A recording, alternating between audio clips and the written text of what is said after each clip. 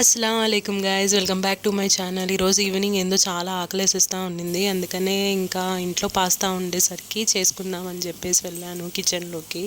నార్మల్గా నేనైతే pasta ఉడకబెట్టేసుకొని oil వేసుకొని ఉప్పు కారం వేసుకొని అట్లా తినేస్తాను. కాకపోతే ఈరోజు మా మమ్మీ స్టైల్లో ట్రై చేద్దామని చెప్పి వీడియో తీద్దాం కూడా అని చెప్పేసి తీస్తున్నాను. ఏం లేదు, చాలా ఈజీ. ఫస్ట్ అయితే బాండి పెట్టుకోవాలి. తర్వాత దాంట్లో ఆయిల్, ఆవాలు వేసి చిటపట్లాడిన తర్వాత ఎర్రగడ్డ, టొమాటో వేసుకొని బాగా కలుపుకోవాలి, ఫ్రై చేసుకోవాలి. తర్వాత నేను చూపించిన స్పైసెస్ అన్నీ వేసుకోవాలి.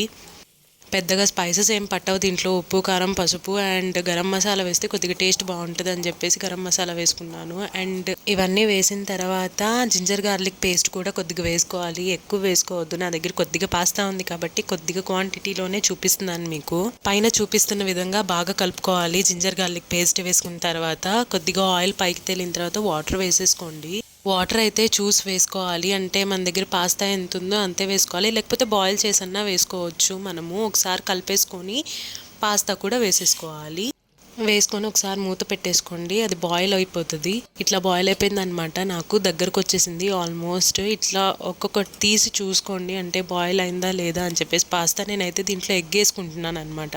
పాస్తాలో ఎగ్ అని మీకు డౌట్ రావచ్చు, కానీ చాలా టేస్టీగా ఉంటుంది. మా మమ్మీ చేస్తే ఇంకా బాగుంటుంది, నేను చేస్తే కొద్దిగా యావరేజ్గా వచ్చింది అంతే. ఎంతైనా మదర్స్ హ్యాండ్లో ఏదో మ్యాజిక్ ఉంటుంది. వాళ్ళు చేసే రెసిపీ అయినా మనం చేస్తే అదో రకంగా వస్తుంది. అదేందో నాకు ఇప్పటికీ అర్థం కాదు.